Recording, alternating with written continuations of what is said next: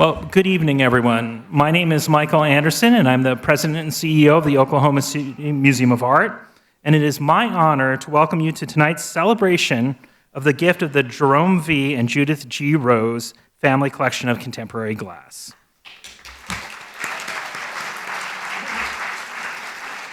Our sincerest thanks first to the Rose's children who are in attendance tonight, Sarah Jane Rose and her husband Jay Shanker of Oklahoma City, and Lisa Rose and her husband Dr. Ken Koenig of Santa Cruz, California.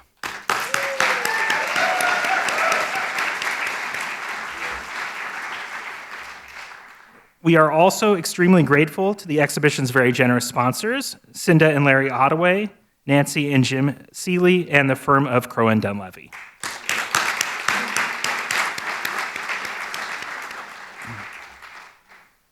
Jerome and Judith, known to their friends as Jerry and Judy, began collecting glass in the early 1980s and spent the next 40 years engaging deeply with the world of contemporary glass, traveling around the country to visit galleries and artist studios, fostering the careers of many young artists by acquiring or commissioning their work. They lovingly and thoughtfully display their collection in their home in Atherton, California. This is a foundational gift of 184 works by 83 artists, with works by several of the pioneers of the studio glass movement, several of whom will be part of our conversation this evening. The works provide a greater context for our much-beloved collection of Dale Chihuly and demonstrate the vast range in experimentation in form and technique that we find in the studio glass movement. I can think of no better way to celebrate this new collection by hosting several of the artists whose work you will find in our galleries for a conversation about their work, which will follow remarks by the glass curator, critic, scholar, and family friend William Warmus. The design of the exhibition in our second floor galleries presents highlights from the Rose collection. The exhibition design drew inspiration from the way the works were lovingly displayed in Jerry and Judy's home, and so tonight we welcome you into our home to experience and learn about their great collection. And now I'll turn it over to Dr. Rosie May, the Director of Curatorial Affairs and Audience Engagement at the museum, and the curator of the exhibition, to introduce our first speaker.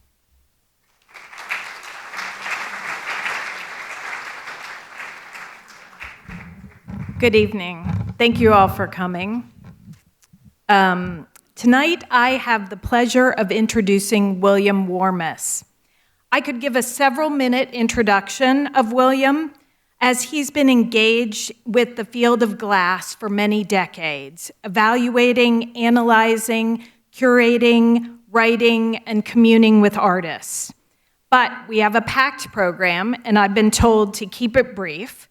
So I'll share that William is a fellow and former curator of the Corning Museum of Glass.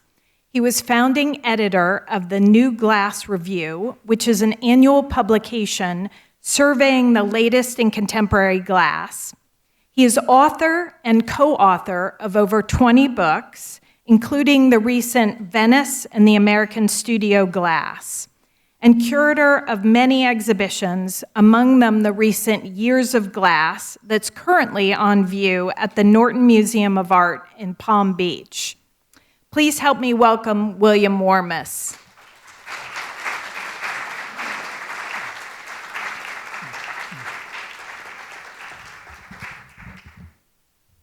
Thank you, Rosie. I tend to be a little bit soft-spoken, so if you can't hear me, just raise your hand or say, speak up, and I will do my best. We have a panel tonight with several of the artists. What I'm going to do is give you an overview of the history of glass so you can get some context for how the Rose collection fits into it. 3,500 years in 10 minutes, 350 years per minute. So if you blink, don't blink because you'll miss a decade. It might be the best one too. I've known the Roses, or I knew the Roses a long time, and I'm getting to know the family that's here tonight better. And it took them decades to build this collection, and it led to an avalanche of collections. The Roses were early collectors and were responsible for encouraging other people, especially in the Bay Area, like George and Dorothy Sachs, to collect. And the Saxes gave their collection to the De Young Museum in San Francisco, and then that led to many other collections. So we kind of kid each other in the glass community. If someone collects, we say, oh, that's the Roses, they did that. So it's all their fault.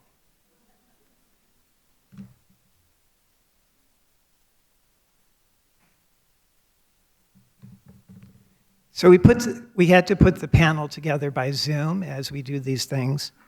Our group tonight is from the Bay Area, from Omaha, from New York, that's me, from Oklahoma, and from Seattle. So we have the country covered, more or less. Ginny Ruffer in the lower left will be joining us by video tonight from Seattle.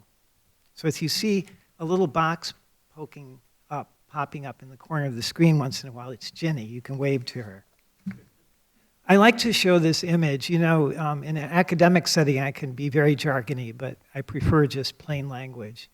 And the Sphinx and the pyramid, I think, coming at the beginning of art, really tell you all you need to know about art, because the pyramid represents abstraction and the Sphinx represents realism. And there's a narrative structure to both. Both of them contain, or are thought to contain, secrets. And that's the essence of art in many ways. It's passionately made, but it contains some kind of secret that we have to dig out and try to understand. So going forward to everything, there's abstraction and there's realism. It's in glass, it's in every art form. I think of this as the first great multimedia work in glass. It's the Golden Mask of Tutankhamun. And you may not know, but most of the inlays are strips of glass. And the eyes are made from obsidian, which is a glass from volcanoes. So it was a really wonderful collaboration between the metalsmith and the glassmaker, 1300 BC. Jumping way ahead to the Art Nouveau period, I'm not going to cover anything in between. Leaving out a few thousand years, you guys blinked too much. Émile Gallé, a dragonfly chalice. It's a very precious chalice with an implied dragonfly. It's dreamy. It seems like a caricature of a dragonfly. I acquired this for Corning when I was there. It was made in 1903. And when we researched it, we discovered it was not a dragonfly, but something called an antlion, because we could tell the detail was so precise that the insect scientist at Cornell, near where we live, was able to say, no, it's not, it's an antlion. So sometimes art can seem like it's corny or caricatured, but the artist knows exactly what to put in to make the point that they want to make. Today, glass is actually a really popular medium. You see it everywhere. If you have a Netflix subscription, there's a popular series in its third season called Blown Away, which is a competition of glassmakers, which is juried. People love it. People love the performance aspect of glass. It's very popular. But it took a lot of work to get there. It wasn't easy. In 1962, a guy named Harvey Littleton had an idea. Prior to that, most glass was made in an industrial setting with a really big furnace that would take up a room larger than this. Harvey Littleton said, why can't we make a little furnace and let the artist make the glass in their own studio, kind of like you would be able to paint and you'd have paints in your studio. Well, you'd have a little furnace and you'd make glass. So they experimented. The early things looked like the piece on the right. They were very primitive. The skills of glass blowing, they had to invent themselves. Marvin Lepofsky, one of the pioneers of the glass movement, was fond of saying that when in the early 60s, as students, they would make work all day, and then they would put it in the annealer. The annealer is kind of like an oven where you have to cool the glass slowly so it doesn't break. Next day, they take out the pieces, which looked like this, and no one could figure out who had made which piece. They all looked alike. That gives you an idea of just how hard this was, but that these people had a real willpower. They felt like they were onto some brand new art medium. So it was an exciting time to be involved. And of course, the roses were there near the beginning. The early studio glass, like this farm, had a playful, naive, earthy, sincere quality to it. This is a farm that's really, a pretty big piece made of multiple components, and the artist had fun making the silo and the ducks in the pond. It relates to traditions of early American glass. It was made for a project for a school. So there's that playful side. But opposed to that, there's another side to studio glass. Energetic, bold, and ambitious. And if you know Dale Chihuly, you get the point, right? Harvey Littleton, the founder of the movement, from the beginning thought that glass should be an equal to other art media. Here he is slinging one of his pieces in the air with that kind of energy of spirit. Harvey felt that glass could probably extend the traditions of abstract expressionism. Abstract painting was, in the early 60s, kind of at a dead end. It was being replaced by pop art. This is a work by Ken Noland, one of his paintings with just one beautiful color stripe down the center. A guy named Thomas Stearns, working in Venice at that time with the access to fabulous Venetian skills, made these pieces called the Facades of Venice in glass around 1962. So it's a parallel to what Harvey was doing. And they're really quite fabulous, and you can see the influence of abstraction in them. But the glassmakers realized that they had a one-up on the painters. The painters could paint on a flat, stretched canvas, and maybe they could shape the edges, but the glassmakers could blow a canvas with air and make the color sort of rest in the air as a sphere or a shape. So it was an entirely different concept, and it extended the traditions of abstraction into the realm of glass. And that's what Thomas Stearns was doing in the early 60s. You can see the results here in this work in the Rose collection by Harvey Littleton. It's really, I think, a color field sculpture. And I want to point out that although studio glass went on to work in very large scale, many of the early works were small tabletop sculptures. And this appealed to collectors in the 60s, 70s, and 80s because a lot of people wanted to have art in their house, and they wanted sculpture in their house. They didn't have the room for huge, gigantic sculptures. So glass and the other media like ceramics filled this niche of collecting at a high level. This is a Morris Lewis from Art Basel in Miami, but the Oklahoma Museum also has a spectacular one in their collection, just to remind you of the sort of color field painting that was happening parallel to studio glass. But there was a problem still. The problem was that the skill level of studio glass got better and better, but kind of plateaued and was a little bit clunky and was not refined.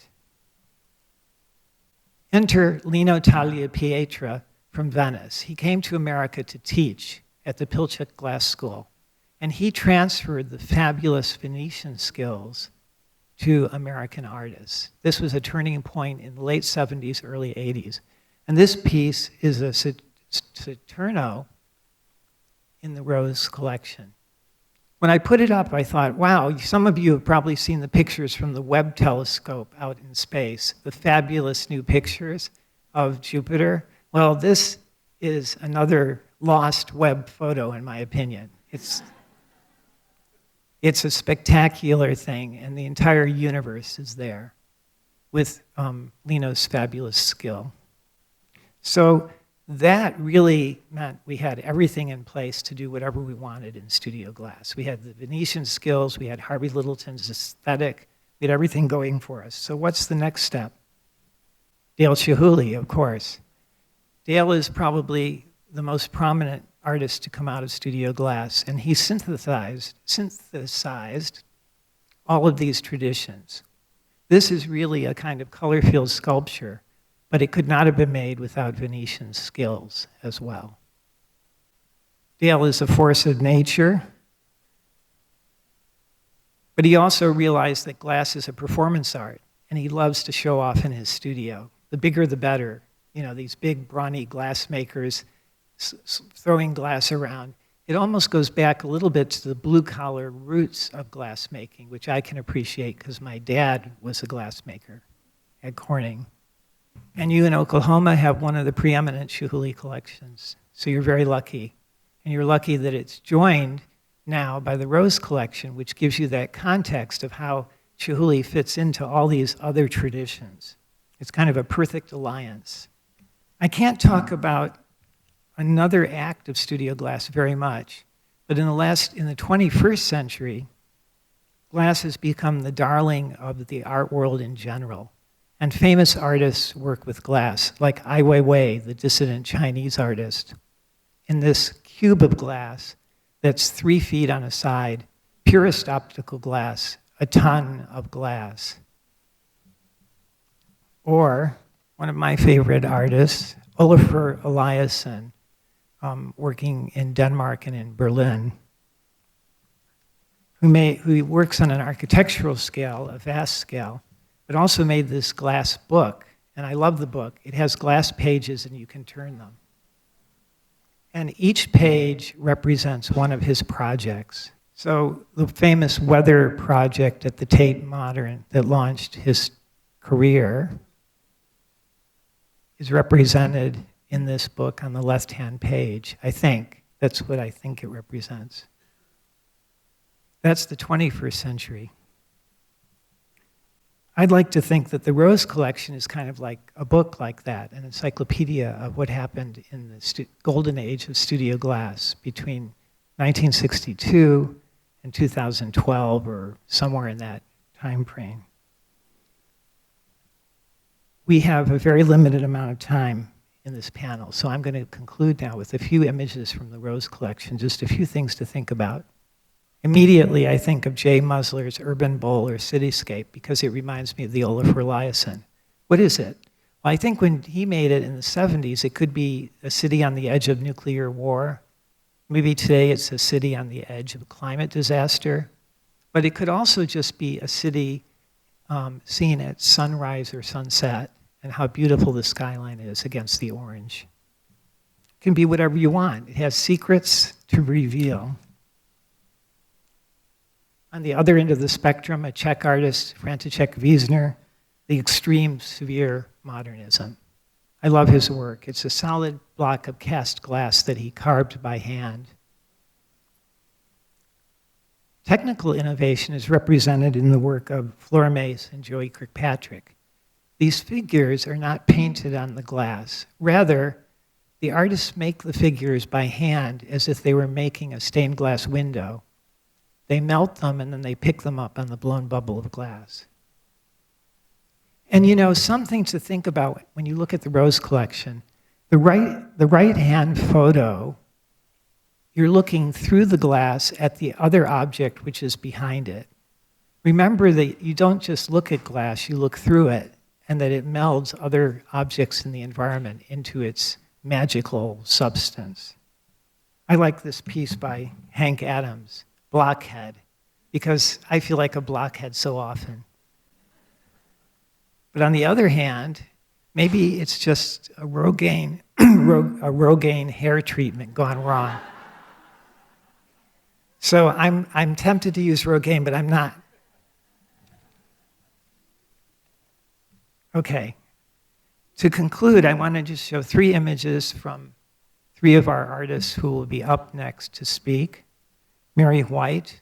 Mary's going to talk a little bit about her relationship to the Rose family, a little bit of the history there. Her work tends to deal with what I think of as what is beneath, a house with some kind of turbulence under it. Is it a flood, an earthquake? Maybe it's just that, oh my God, the mortgage payment is due next week, and how am I going to do that?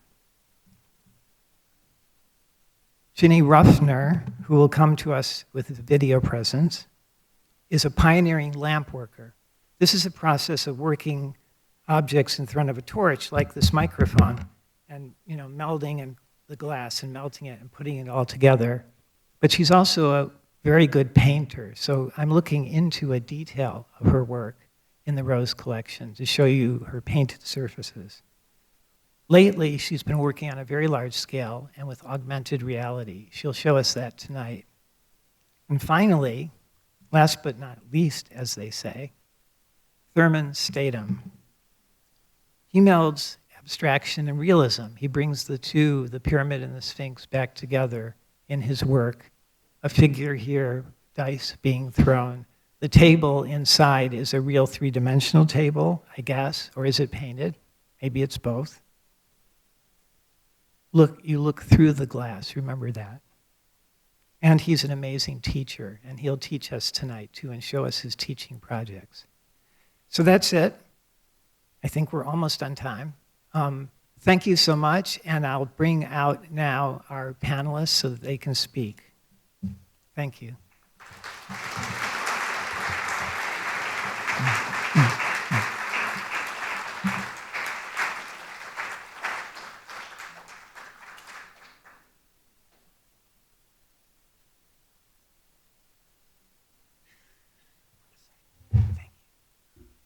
Hello, welcome. Thank you all for coming. A special thanks to the Rose family and the Oklahoma Museum of Art for making this marvelous exhibition possible and for including me, and special appreciation to Sarah and Lisa Rose for lending me photos for tonight. Part 1, honoring Jerry and Judy, the local glass art bridge makers. Quartz has an organized structure, but glass molecules are complex, random, unpredictable. I suggest that Jerry and Judy Rose and I shared an attraction to these qualities, and there's a warning that my talk tonight might take unexpected shifts like a glass molecule. I was very fortunate to meet Jerry and Judy in the mid-'80s. This photograph is how I remember them. Curious, whimsical, exploring light and life. Let me set the stage for how I actually met them in the Bay Area, 1986. After teaching art in an Oakland high school part-time and operating a woman-run glass shop, I went back to graduate school and studied with Marvin Lepowski, who was mentioned. And after finishing that program, I tried to make imagery with glass. I had friends on the East Coast who thought I was crazy to live in Oakland, and so I made a series about the beautiful Oakland work. I wanted to move back to the Colorado mountains. Then a sudden opportunity arose. Dr. Robert Fritz, founder of the San Jose State Glass Area at San Jose, died suddenly. And I was invited to take over the glass program and to start teaching immediately. I accepted, excited to carry forth Dr. Fritz's legacy.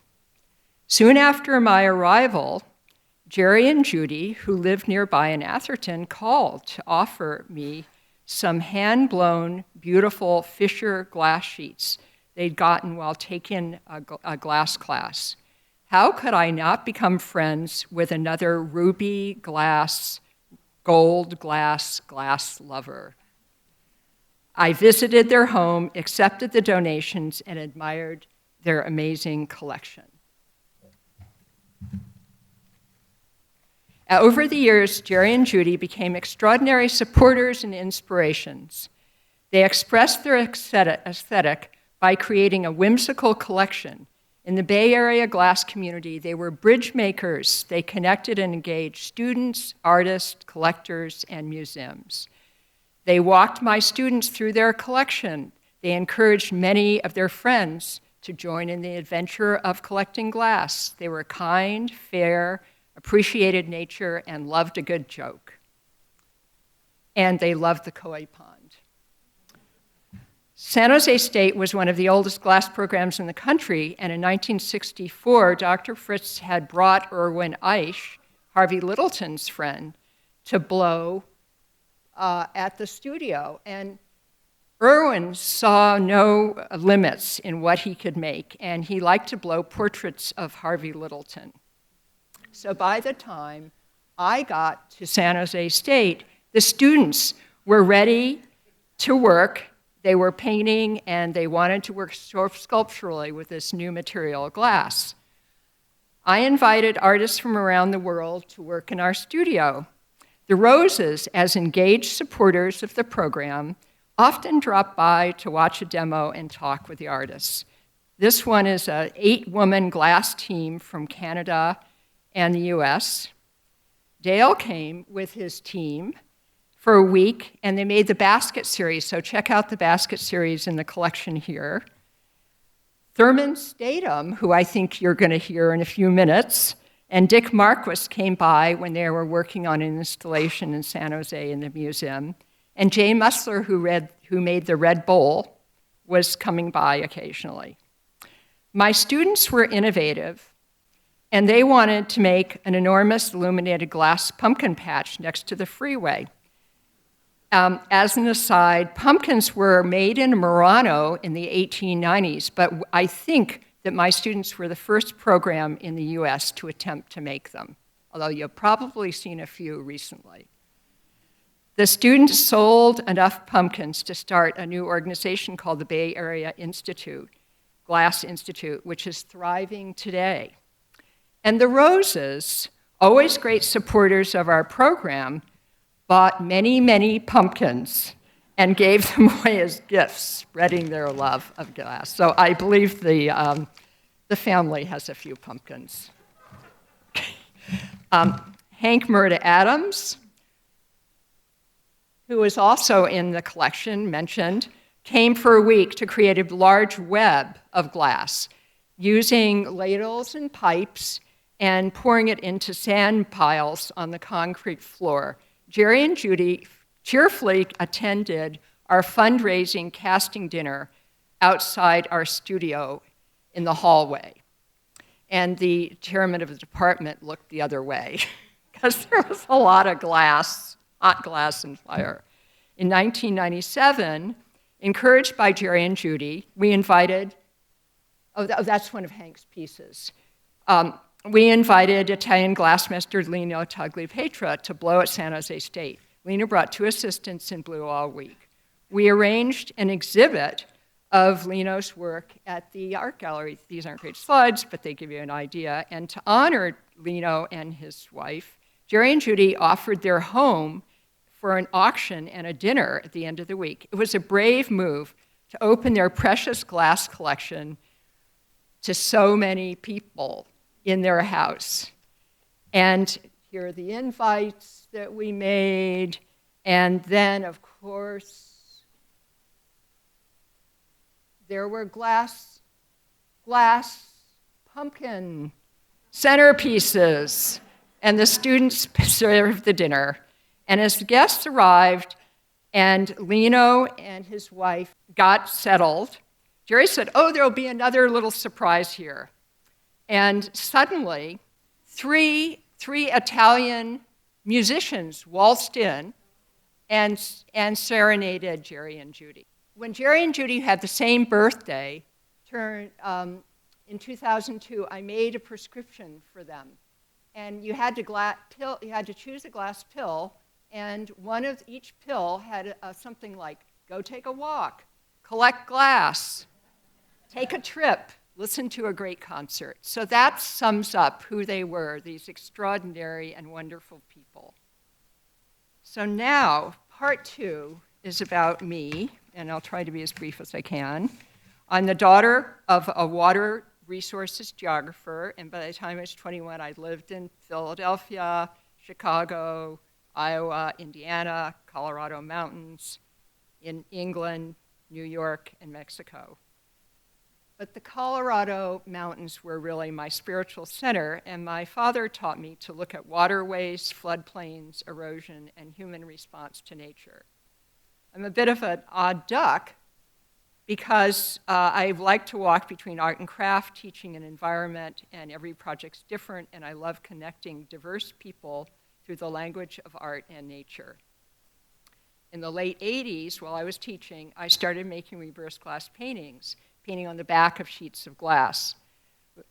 this piece is called The Wisdom Wall, referring to the knowledge of ginkgo, one of the oldest structures. I was trying to communicate a respect and love for the interconnectedness of all beings, humans, land, creatures.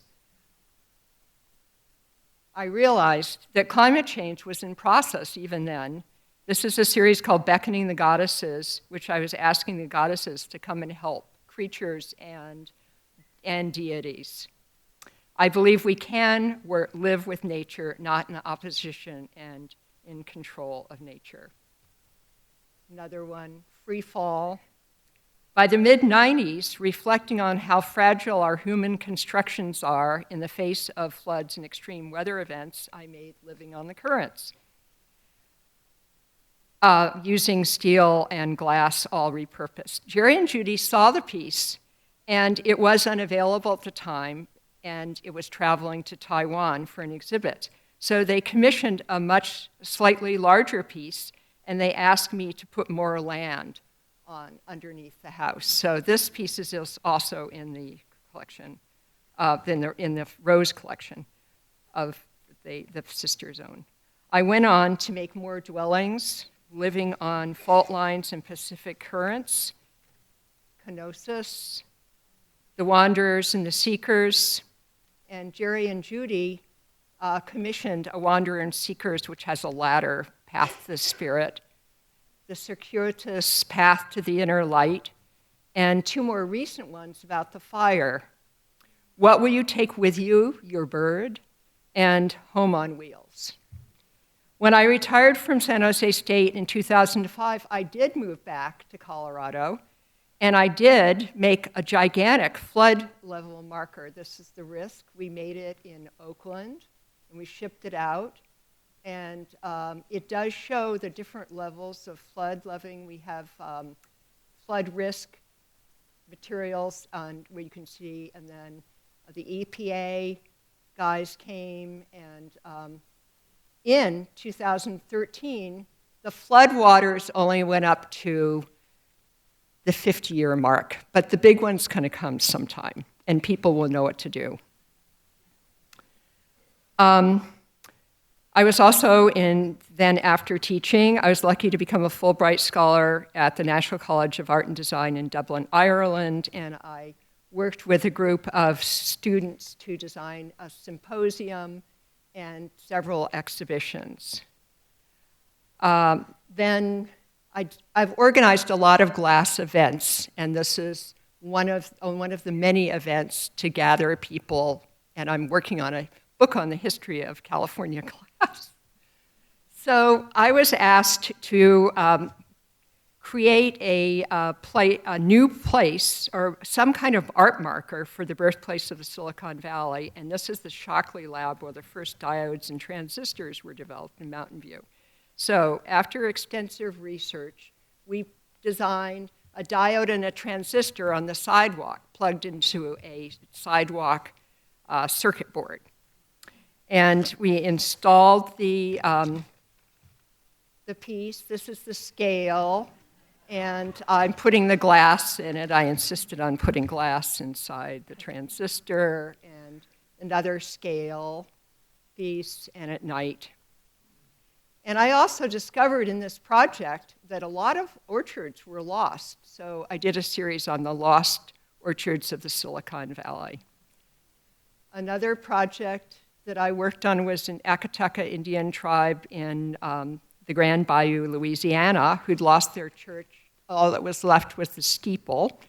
And so I worked with them to design stained glass windows based on their artwork.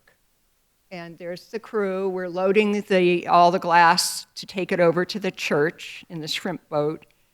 And there's the altar piece, and then we did 6 windows. And all of this was the artwork of the kids, and I helped them make it.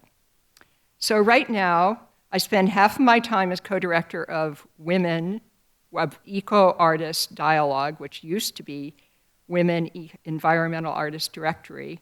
And we have a new issue coming out. It's exciting work to support female-identified artists working on ecological and social justice.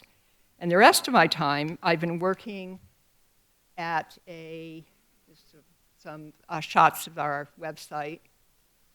I've been working at a Youth Spirit Artworks in Berkeley and Oakland. It's an art center and a tiny village for 26 homeless youth.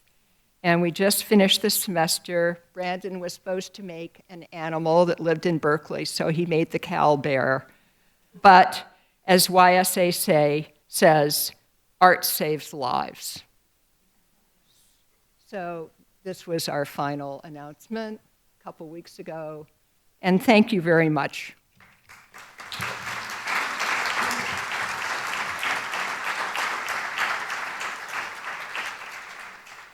Hi, can you hear me? Good. My name is Ginny Ruffer.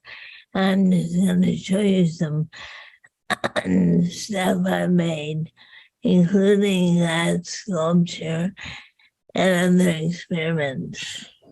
This is the role of glass in contemporary art is changing from a relatively passive vessel of meaning to a more active enabler of experiences. And so I've been able to use that as an art medium as well as a component of various projects. The glass in this piece, you can see it's a little window in the side where you this piece, the yellow flower spins, the blue flowers open and close, and the red watering can tips and wanders.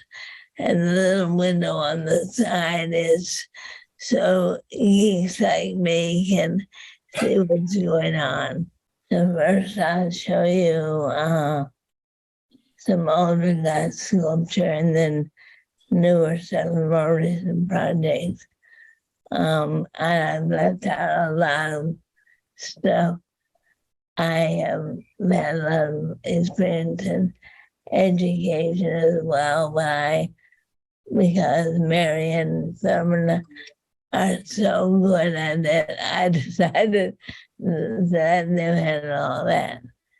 So I make work about stuff I think about. On the left is about 30 inches tall, the power of words to create beauty. On the right, drawing is the language of art. On the left is Fruit Bowl from the Garden of Ideas. I also make a lot of work about genetic engineering. On the right is Having an Idea. Now, in the interest of time, I'm not going to go through and point out what everything is, unless you really want me to, but you can ask later. On the left is Coloring the Waves. It's about 24 inches tall. And I was thinking about what if the ocean got its color from the fishes? Well, anyway, I make work about a lot of theories. On the right is my theory about the old why the chicken crossed the road joke. We all know it. It's not funny, but we all know it. That piece is called The Evolution of the Chicken Tango.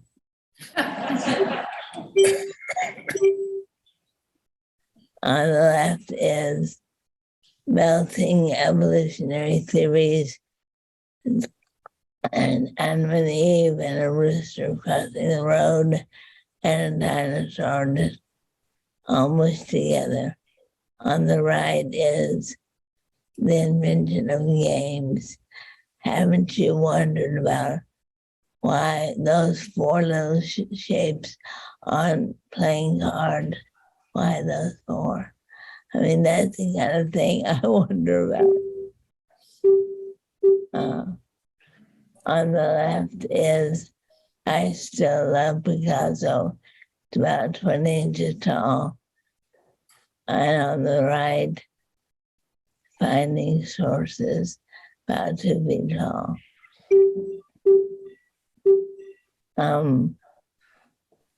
On this one is, you might have noticed that I'm really have an awful lot of natural growing things in my work. I have a beautiful garden that's my constant sort of inspiration. This is Botanical Pillars. It's about 2 feet wide and 20 inches tall. And this is 3D floral painting. That frame is about 10 inches, no, about 12 by 14 inches. And so now that's older work. This is more recent work, and this is called What Happens When You Squeeze a Goldfish.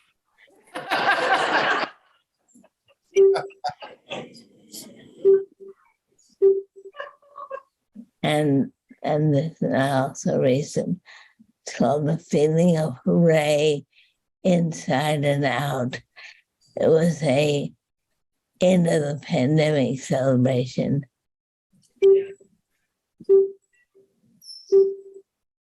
And this one is it's tall, it's about 30 inches tall.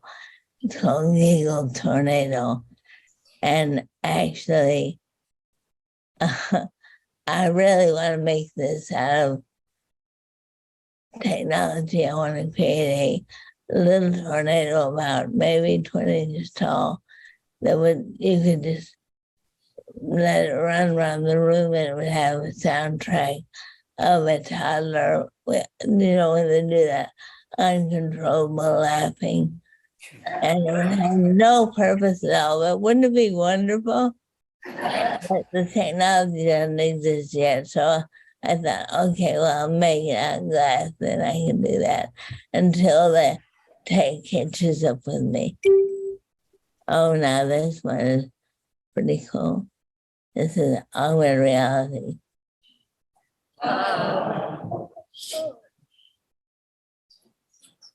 Is that not super cool? Little flowers. So I've been using technology with my glass art. Now, how did that evolve? How did I get from static glass to moving glass? Well, several things, but probably the most moving was the exhibition that was at the Smithsonian Museum in 2019. It's traveling around the country now, and it's augmented reality, but it's the targets are the tree rings on those clear glass stumps that they were all made at the Museum of Glass. And then you have to, I was told, oh, you cannot make augmented reality with glass. It just won't work. And so that is the very reason I did it. I hate people tell me, you can't do that, but I'm going to do that. Anyway, so probably made me an obnoxious child to raise, and so the Cravings actually deployed these beautiful, all imaginative flowers. And it was funny, and during the opening, people got really mad because those were not real flowers and they wanted to buy them. exist. Anyway, so I thought I'd very quickly show you some of the projects that also have glass technically anyway. Now this is a tapestry I had made about 10 feet wide, 10 feet tall. Yeah, I'm sure you recognize periodic table. Well, it also deploys AR. And here's a well, that's what happens. And xenon, what is what's in photos, headlights, and it was the code word for the Xbox that was being created. So that's why the Xbox controls on it. So the other project I'm working on is well, you probably heard of the Hanford Nuclear Reserve in eastern Washington. Well, it is also the home of LIGO, the Laser Interferometer Gravitational Wave Observatory, which has, you see the long arms coming out of the building. Those arms are 4.5 kilometers long, and they measure gravitational waves, which is something very quickly. They were predicted by Einstein in 1915. It took until 2015 for us to detect them. And when we did in Washington State, they won a Nobel Prize for it. And then, of course, they had to build a visitor center because everybody wanted to come see. So then they called me and said, will you make something for our visitor center? And so I've been making a augmented reality walking tour, which is going to be installed probably this summer. Let's see. Oh. And this is the last of my current projects. This is, you'll see in that window there, that building is the Bainbridge Island Museum of Art. I have a retrospective there this October. And it has this beautiful window, and I said, well, I want to make an aurora borealis. It's 10 feet wide, 20 feet tall, made with 35,000 1 millimeter individually addressable LEDs programmed with a neural net drawn from the real aurora. Wow. I have lots of help on that one. Oops, wrong way. Briefly, just some old stuff, just so you know about my glass. That glass has been a part of my work forever. Not all of it, but part of it. This is was in 1990 at the Redwood Gallery, 25-foot tall tornado. And this is in Phoenix, Arizona. It's a playground, so my education experience is more creating situations for kids to play in and or wonder at. Like, kids really find augmented reality a wondrous thing because, you know, dealing with Pokemon Go, that was augmented reality. So this is Mind Garden. It was 60,000 freeze-dried roses. It smelled great. And steel and glass sculptures. I've also written a couple books, pop-up books, and the one on the right accompanied the show. And this is the flowering tornado, and the pop of the book that described it. I do a lot of different things. I mentioned genetic engineering, and these were all a series of sculptures, bronze and steel and glass. There were, I won't go into what they all mean because it would take too long, but they're all very specific genetic changes. And this is one example. This is called When Lightning Blooms.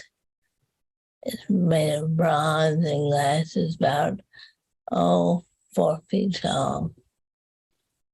This was a part of that series. So I want to leave you with the advice that when you're up to your A in alligators, don't forget to think outside the box. I hope you enjoyed it.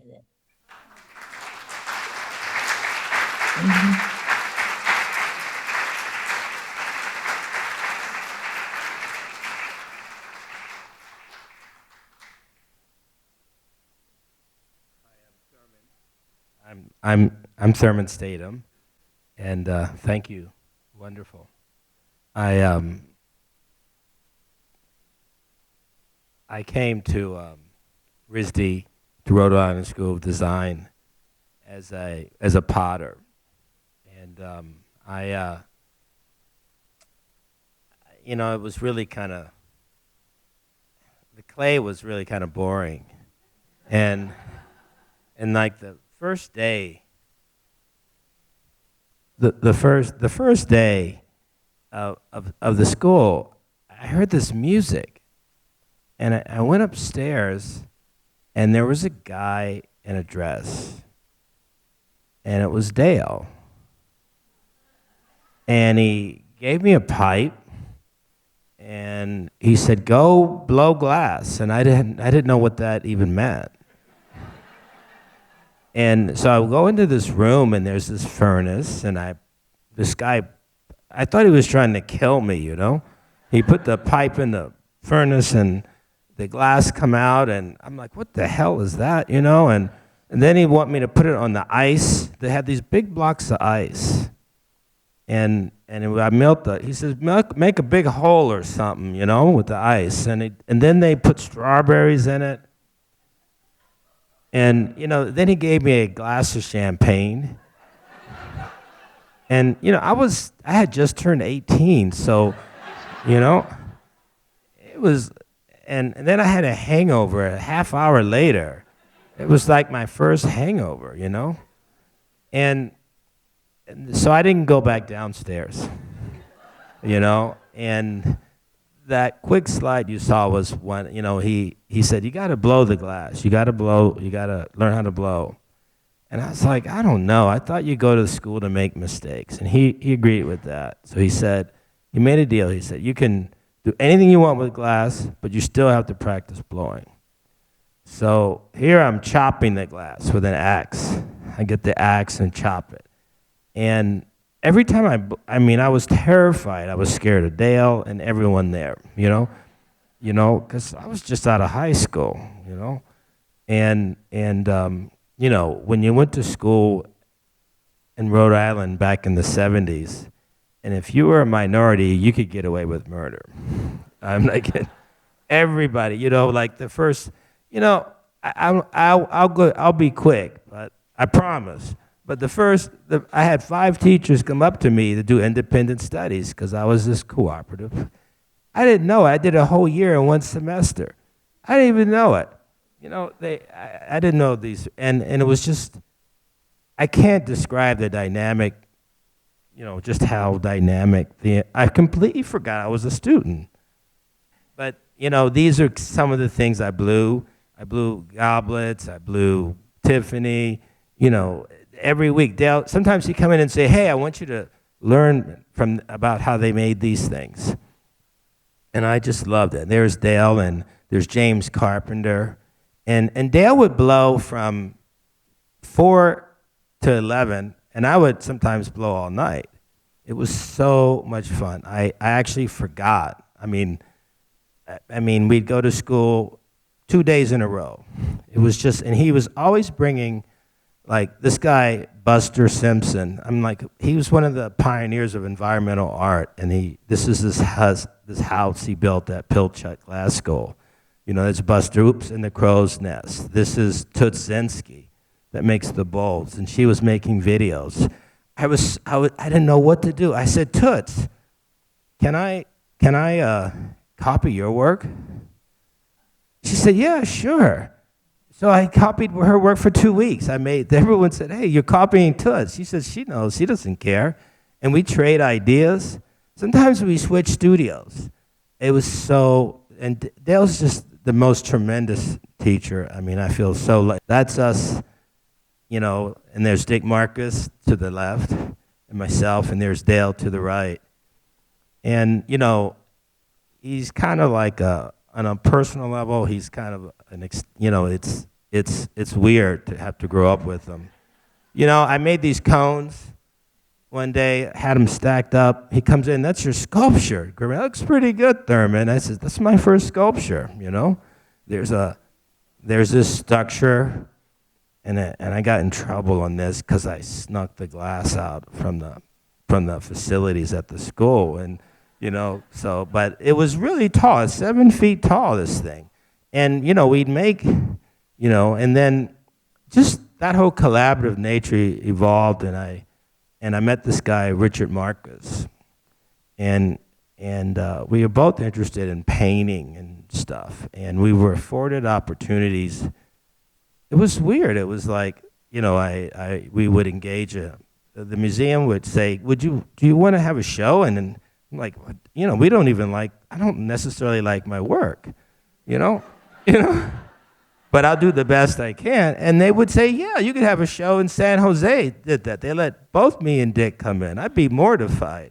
I wouldn't let us come in if I was a curator. And we made everything there. Like we brought, there's so much, that's like the tower is out of glass. We cut the glass and built it there. And we never worried about selling anything. There was nobody wanted, I mean,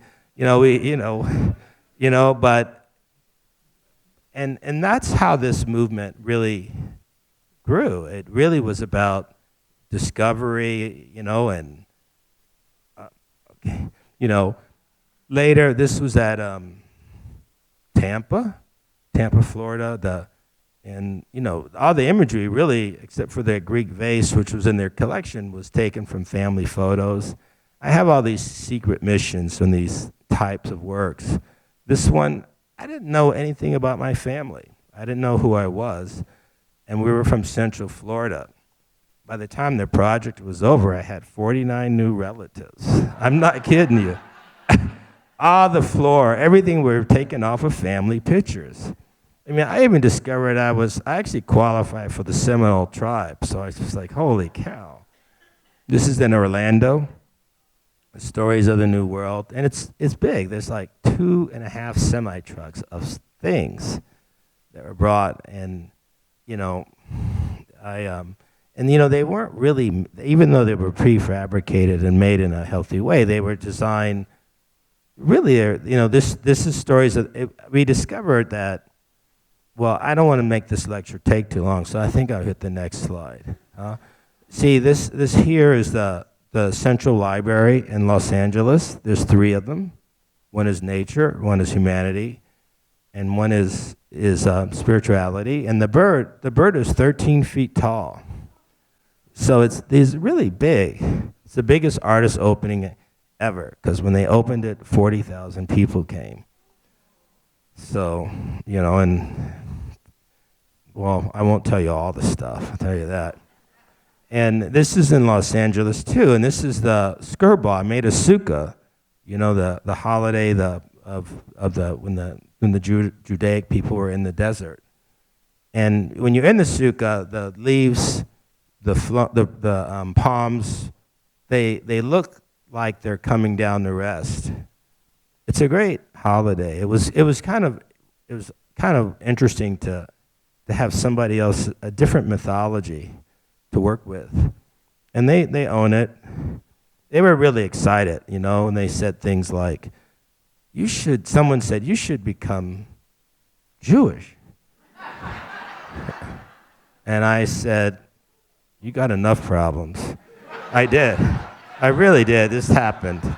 It really did happen, you know.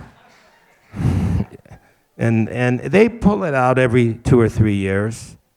And we work together with programming in that area. I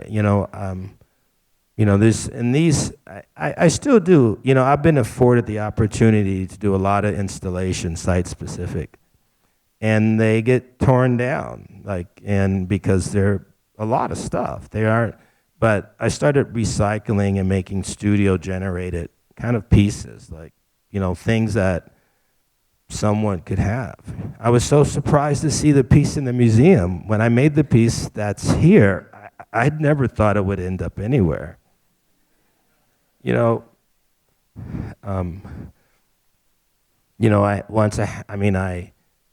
a ladder outside now. I've made them interior too, but it's an outdoor piece. It's about 12 feet.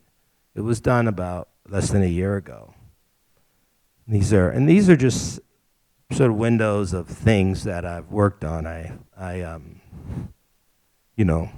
This is, there's stories. There's all kinds of stories, A lot of the shows have regional stories that hopefully infer larger. This is a show we did in Gernheim, Germany, at a glass factory that's been converted into a museum. And the cone is huge. It's huge. It's like the same scale as the one in Tacoma. And I went there, and there was a terrible accident before the show, and someone, basically a big crate of glass, fell on them and killed them at the factory. So they wanted to cancel the show, and I said, nope, we got to do something. And we developed this. So anyone, to start the show, anybody could be a part of it. Oh my God, there were kids every day, busloads. Oh my God. And they're talking, they gave me that Easter egg, this was well into it. And the kids gave me this Easter egg with wishes in it. I kept it for like 2 decades. And then I finally opened it and translated it. And all the stuff was like really corny stuff. It was not at all, But this is working on the show, and we built these tables, and we literally, anyone that helped had to take walks with me, and it was the most wonderful thing. Irwin came to the opening, and it kind of healed a community, and the museum implemented, the educational part was so valid that the museum implemented, it's a national museum, so they funded a permanent education program in this guy's name, and this is a beehive. A group of kids said, okay, they had to draw something I had to make out of glass, so they made a 2-ton beehive. Oh my God, And so what do you do with that? This is in Denmark. There were 7 installations in 7 rooms at the Ebeltoft Museum, and I've always been interested in how art heals, how art inspires. Like Jenny and Mary said, how art inspires living better. So there's this component in every show that I do. And it was actually inspired by the collector base. And I'll talk more about it, but this is this room has a serpent, and it was in, northern Denmark, and at the same time, this particular area has a lot of dyslexic kids and autism. So this particular room was a classroom and through the duration of the show, these kids could come in here and paint anything and work on it. And there were a lot of conceptual developments with how to enrich these kids. At one point, I made see the 2 ladies there talking on the left, they're like goofing off. So, and the kid's autistic, and they get stuck. So I made them carry the kids around and paint. It was, do we have fun then?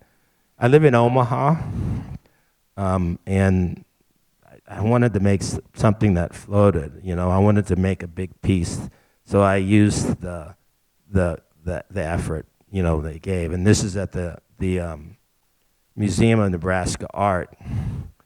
They didn't have any Native American Plains Indians in the collection, so I got grumpy at them and made these movie theaters that were teepees with really bad movies that they did not want to see. You know? And I put my work up, and then I was tired of this stuff, you know? I get tired of my own stuff, and I'm only interested in what's next. And I think that's the way we all live in this room. So I was shooting arrows. I made these arrows and was shooting. They got kind of mad at that part, you know? There's Standing Bear to the right and White Eagle. These are kind of photographic prints that I do. And they're constructions. And he was the first Native American to be a U.S. citizen. I actually do, I think, a lot. About half my practice, more than half of late, has been in social services. This is it's basically it's a medicine wheel that caters to all the traditions of the 11 Plains Indian tribes. It took 2 years to get everybody to agree with everything, but it really did. And even the alignment and the relationships are very, very specific. And basically it's a preschool, and the overall conceptual idea was to turn the school environment into an environment that fostered their culture rather than destroying their culture. And it was incredibly successful because a lot of the elders that had been traumatized through boarding schools and things like this would tell stories to the kids. And I could give you the numbers, but the kids would invent their own tribes, and this is how we presented documentation, you know. Pediatric oncology is one of my things that I'm a big fan of. I got involved with a speeding ticket, you know, and that had to do with the community service for driving too fast, you know. And this wonderful woman out of Cedars-Sinai, she said, you're terrible. You should help me with the cancer camp. So ever since then, that changed my life, and she really was a great catalyst. And this was a project where, you know, I was it's in Virginia, Norfolk, and I basically collaborated with some pretty sick kids. They all had termination dates, and they were going to put this art in. And me and the kids got together and said, we don't like it, and you can't argue with the patients. You know what I mean? You cannot. And we won, and we did the entire lobby. And the Norfolk studio became an extension of the hospital. And these are some of the kids. And they paint fish. We had kids blowing glass in gurneys. I'm not kidding you. And it's actually hybrided into more, and the program still exists. You know, and wonderful things would happen. I love mistakes because I love the unexpected. You know, like the fish, you know, were adopted. God, they made almost $1 million just on the adoption of the fish. This woman, she doesn't speak, so they wanted me to work with her. So I gave her this. She doesn't want to talk. I said hi, and she walked backwards. She's just terrified. She'd never talked in her life. So I gave her the fish, which is really heavy. You can see it. It's big. And I ignored her. And then she says, what should I do with the fish? You know? You know? And I said, and her mother starts crying, and everyone's like, I can't believe this. I can't. You know, it's unbelievable. You know, and that's, you know, I learned all this stuff in the glass studio. I learned it from Dale and my colleagues and Toots and even the collector base, you know? It's amazing. This is in the studio, and these are just, I'm sorry, but these are things that I work on. This is in Africa. You know, I went to, the embassies borrow art, and they borrowed my art, and they found out I worked with kids. They said, would you come help with the kids? You know, every workshop I did, everything that could possibly go wrong went wrong. And they turned out like 300 kids showed up instead of 30. You know, and no one speaks English. And it was like magic. They go on for days, you know, and I ended up going to 17. This is in Omaha. I worked with South Sudanese refugees. And it gets pretty extensive. Some of the guys, you know, one of the guys that stayed with me became the vice president of a country. And I used to lend them money. It's amazing. And you know, they gave me citizenship. How about that? They did. You know, it's true. I'm a South Sudanese citizen. And this one here is a project I'm working on, and special needs care in public school systems. It's terrible what the kids go through. So we've created a curriculum, and they have the kids have the show, and, you know, they come, and, you know, this is it's like, I think art's about finding the essence of certain things, and I think creativity is in every venue. You know, these are just a few things I've made recently. A chair. It was a really headache because it was going to sit straight, and then I liked it better when we were trying to install it. So, well, was that ever a headache? They had to dig the hole and do that again. Well, that's enough, I think. We've gone way over our time, and thank you.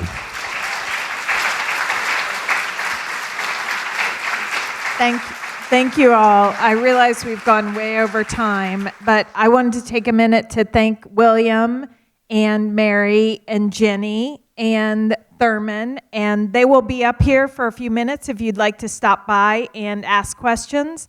Otherwise, please go visit the galleries. It's across the lobby on the second floor, and will be open till 9. And thank you.